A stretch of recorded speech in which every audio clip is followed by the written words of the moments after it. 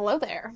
We're going to be doing something a little bit different today. I'm excited to see how it goes. But more so than that, I'm going to be showing you how to make 3 different vanilla lattes. Each of these are going to be increasing in price, in tastiness, in my opinion, and also in complexity.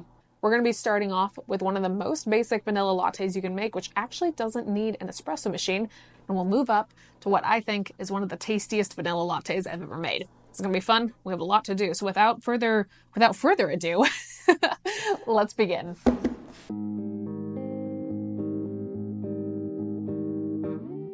Hey everyone, it's been a while since you had voiceover Morgan, but as I said, we're going to switch it up a bit today, and if you've been around this channel since the beginning, you remember when it was all voiceover, so this is a little bit of a throwback. Let's start with our most basic version of a vanilla latte.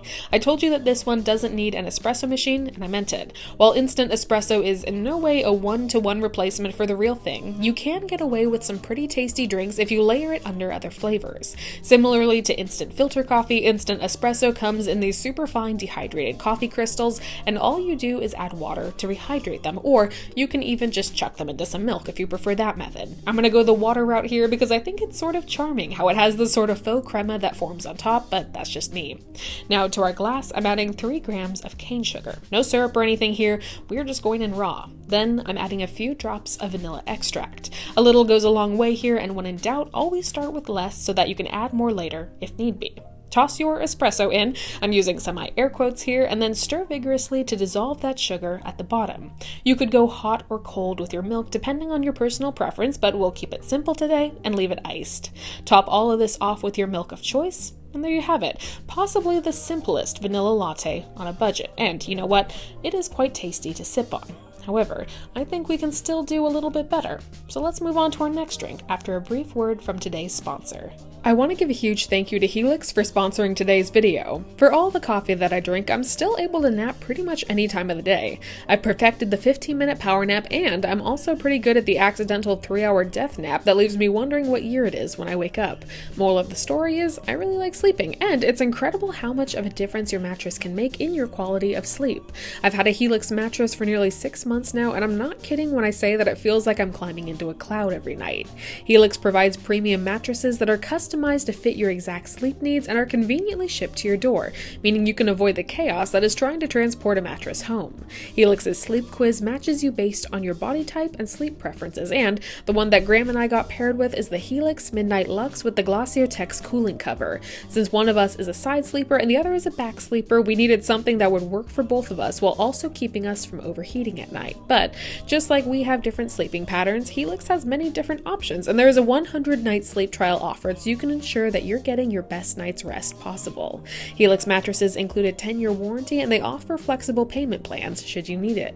Helix mattresses are free of harmful fiberglass materials, and also, just to sweeten the pot, Helix delivers right to your door with free shipping in the US. Their mattresses are easy to set up, and you'll soon be snoozing comfortable with the knowledge that your mattress was tailor-picked for you. So, if you're ready to get started and get your best night's rest with Helix, then you can head to the top link in the description to get 20% off your mattress, plus 2 free pillows. That's helixsleep.com/MDC for 20% off, 2 free pillows, and a great night of sleep.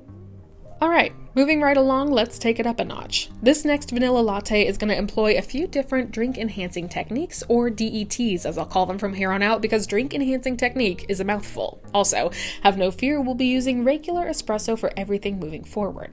So, first things first, let's make our own vanilla syrup. We've talked about at-home syrups on this channel quite a lot, and for good reason. They're ridiculously easy to make, often more affordable, and really allow you to dial in your syrup flavor intensity to your own preference. For this round, we'll make a 1-to-1 syrup with vanilla. You can scale this up or down with that ratio to however much syrup you want, but we'll be using 100 grams of turbinado sugar and 100 mils of water. This is typically a good batch size if you're only making sweet drinks a few times a week. For the vanilla component of this syrup, I'm going to be using vanilla bean paste. You can certainly make syrups with vanilla extract, but generally I prefer paste. I find it has a bit more of a deeper and more grounded flavor. For this recipe, with that 100 grams of sugar and 100 mils of water, I'm going to use about 10 grams of vanilla paste. Then combine all of your ingredients into a saucepan on medium-high heat and bring to a low simmer until all of that sugar is completely melted. You don't really need to let this cook down for a super long time since we're not really extracting any flavor into the syrup, we've already added it with the paste. Now, once the syrup has cooled down a bit, you can put it in a clean bottle and store it in the fridge. There's, of course, a range of opinions on how one should store syrups, but as my general rule of thumb, I pretty much always fridge my syrups and make batches small enough to cycle on a 2-week basis. But again, your mileage may vary, so keep an eye on it and just use common sense. Make sure nothing funky seems to be growing in it. Your syrup should be tasty and not making its own mini ecosystem. Now, for our latte. We're going to be shaking this, which gives the final drink a super homogeneous flavor and builds up a bit of texture similarly to if you cold frothed it with a hand frother. I like using half an ounce of syrup, a double shot of freshly pulled espresso, and about 6 ounces of milk, but adjust to taste if need be. I really do prefer shaking to cold frothing drinks that are milk-based because I've found that whole and alternative milks don't tend to hold air while cold nearly as well as higher fat content dairy products do, such as heavy cream or even half and half. Simply shaking builds up enough texture without leaving you with strangely large and unstable air bubbles that don't really add anything to the final drink.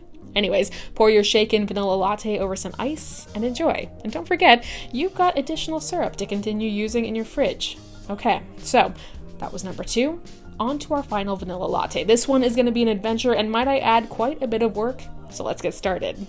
This last drink is, well, it's undeniably delicious, but it's also the culmination of quite a few go big or go home ideas. We're going to use vanilla as our base flavor and then build complementary flavors around it, namely saffron and orange blossom. One of the most basic ways to find complementary flavors for singular ingredients is to look into foods and cuisines that commonly use them and see what they pair. As some of you can probably tell, this latte is highly inspired by the flavors often found in Persian cuisine. But before we get into all of that, let's get our freeze distilled milk started. Now, I've talked about freeze distilled milk a lot on here. This is a milk enhancement technique that Ben Put created in 2017, and it's incredibly common in barista competitions.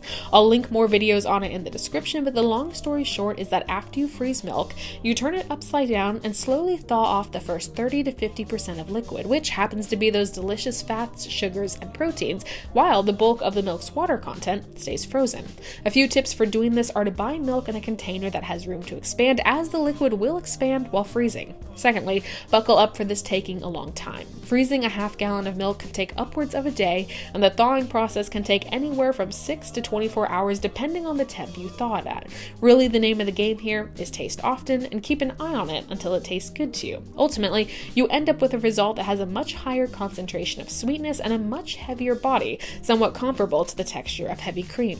But now let's get back to our drink flavors. We're going to be making a syrup again, this time using whole vanilla pods, saffron, and orange blossom. First thing to do is gently extract the delicate flavor of saffron over 2 melting ice cubes. Saffron is what I'd describe as a very fine flavor, and it's easy to wash out, so slowly extracting over ice or even with an ounce or 2 of lightly warm water is usually the best way. I'm using about 12 strands in total here, and you can just let it sit on the side and do its thing while we get the vanilla pods ready. Now, whole vanilla bean pods are super cool because they've got a really long and useful life to them. To get the bulk of the flavor out, we're going to split them down the center and then run a knife along the inside, pulling out those vanilla beans. We're going to use 3 pods for this recipe, and also a note, don't toss out the pods, we'll be using them in the syrup at multiple stages. Also, a caveat here, for all of you watching and saying you don't want to buy vanilla bean pods, believe me, I get it. You can definitely also make the syrup with vanilla paste like we did before, but as you'll see, having whole vanilla pods will give us a little extra boost down the road when we bottle this all up. Once more, we'll use turbinado sugar, but just for funsies, let's do a 2-to-1 syrup. So this time it's 2 parts sugar to 1 part water, or 200 grams of sugar to 100 mils of water. The beginning steps of the syrup are going to be the same. To a small saucepan, we'll add our sugar, water, and then all of our vanilla, both beans and pods. Over medium heat, let that all simmer together until the sugar is fully melted and the beans have broken apart and incorporated into the syrup.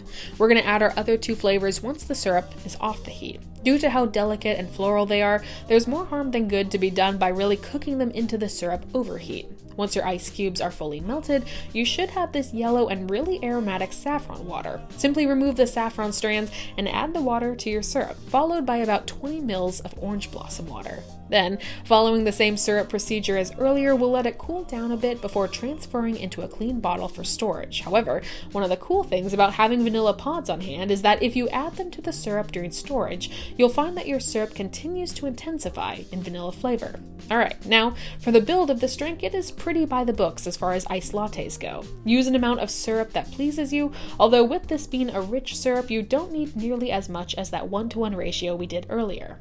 Then, your freeze distilled milk nearly to the top, and finish it all off with a beautiful shot of freshly pulled espresso.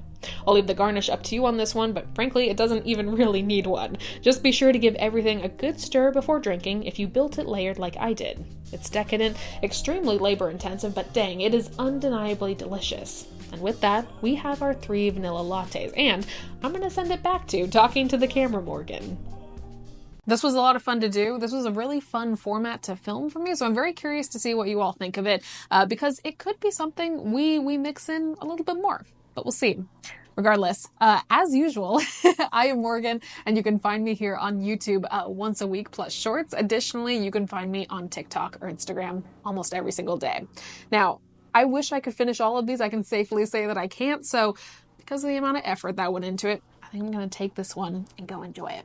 I'll see you all next time.